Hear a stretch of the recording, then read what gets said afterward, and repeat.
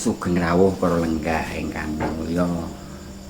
Para sutresna ingkang pancak pinaringan karajan monggo niki suka parisuka kalih guang lujak kala menika kula badhe gending lelagon cetakan saking kula dhewe ingkang kula sukani ira-iran nggih menika oleh BLT sugeng midhangetake.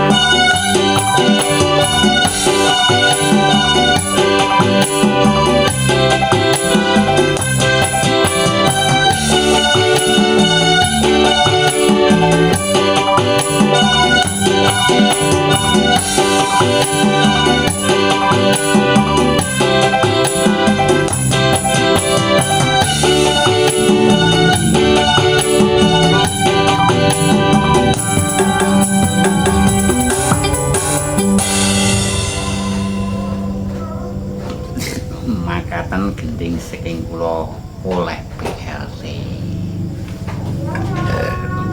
Niki pun wancine salatan niki. Dan salat. Nggih, niki sesuk niku tenggen kula enten upacara bendera lah niki esuk nggih arep dodol teng mriko. Niku upacara bendera nanging upacara 17-an niku tenggen kula sakniki niku mboten detik-detik proklamasi jam 9:30 mboten.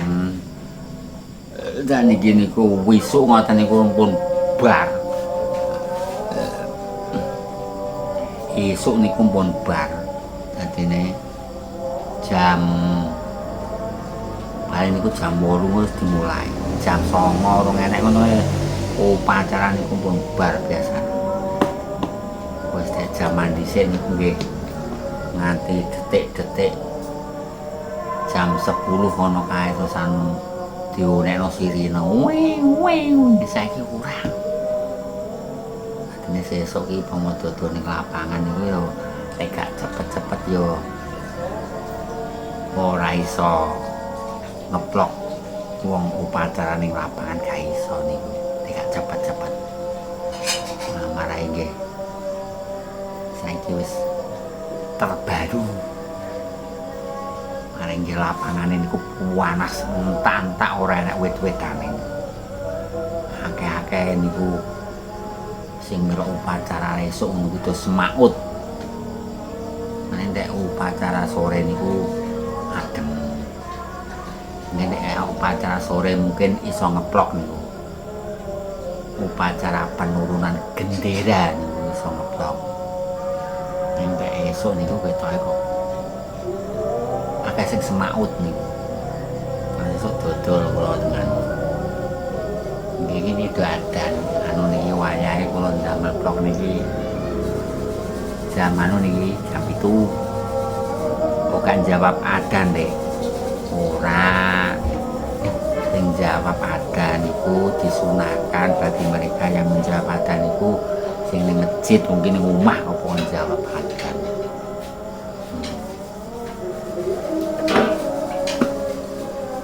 Mari ngene nek iku lho gawe vlog ning YouTube ini guys, ini durasine kok dawa. Gawe ning kok Facebook Pro apa kuwi timo sithik-sithik stres dilupinu. Ini iki lho guys, gawe ning kok YouTube ini durasine iki minimal ki 8 menit 9 menit. Mereka stand up komedi dhewe stand up ngocos dhewe niki ngomong kuwi kadang-kadang yo daerah terbiasa ngono ki yo malah mandek ning dalan. Kandhane sebab ora durasine sakmono ora iso dilewati iklan apa-apa ngono jane. Laturan. Tapi semua YouTuber di seluruh Indonesia iki yo sumbangsihnya besar terhadap negara. Pajeki dipajeki ku keh sama nanging kalau pajeki memangnya yo ora apa-apa. Nah kadang-kadang ngono kuwi lho nggih konten niku yo kena dolar-dolar dolar kuning dolar opo apa nek koyo ngritik remental apa ngono ya wis to lencu ya.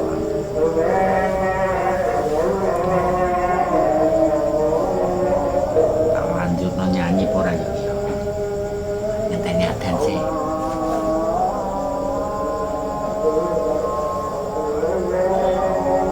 Ngenteni adan sesuk yo sampe gawe podium ning njaba niku upacara gendera. Upacara gendera saiki ning nggonku gak meriah ya.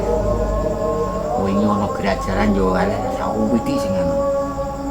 Niku bar upacara 17 niki yo ora kate mewah koyo jaman dhisik. Semangat kebangsaane wis luntur saiki. Tergerus oleh ekonomi. Wong senengi saka dhuwit, ora duwe dhuwit pokok seneng-seneng kondi. Ana sing biayai saka Rementa untuk melaksanakan memeriahkan hari 17 ngono ku yo mungkin rame, dana dhewe kok. Yo duwe ungel. Ning nggonku macak maskot iki apa? Bro. Maskot iki bro, guys. Pacane sing model wah. Pengarep karnaval. Maskot ini 1 juta. 1 juta. Macam maskot 1 juta. Duit kondi kuwi dikanae wong sugih ngono. Ora iso macam maskot. Ning nggonku diperkirakan ning nggonku nanti karnaval pembangunan itu jatuh pada tanggal 23 insya Allah sepi tenan ning nggonku wis tonggo titeni engko saiki sih karnaval sebab ora enek biaya dan tidak ada hadiah sing diharapkan suka mana suka tadi ini sepi so ini dan ninggon kuwi wes iki aku tak nyanyine guys yo aku nggawe lagu iki dhisik iki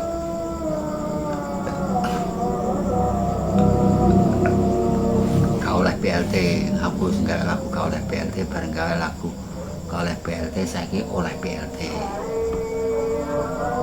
sing oleh PLT ngono ta lho awakku apa ora oleh PLT tak jajal piye yo tak jajal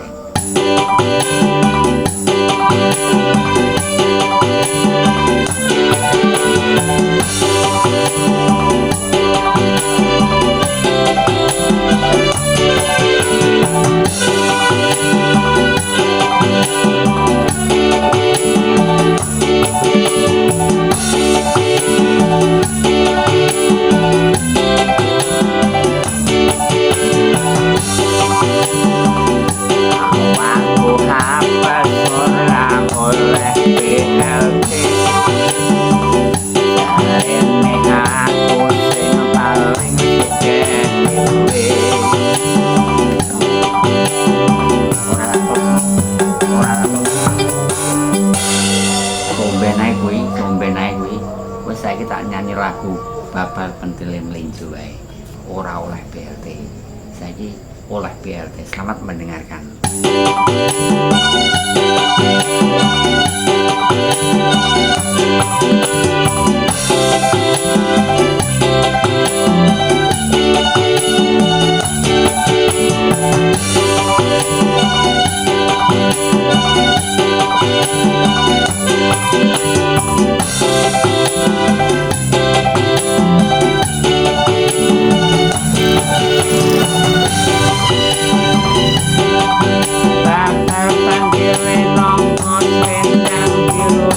Berkanginan pengen penak ora kosong urip seneng ora kangelan kali lanjut segoro kali banyune hati-hati kepengen duwe urip seneng dikarane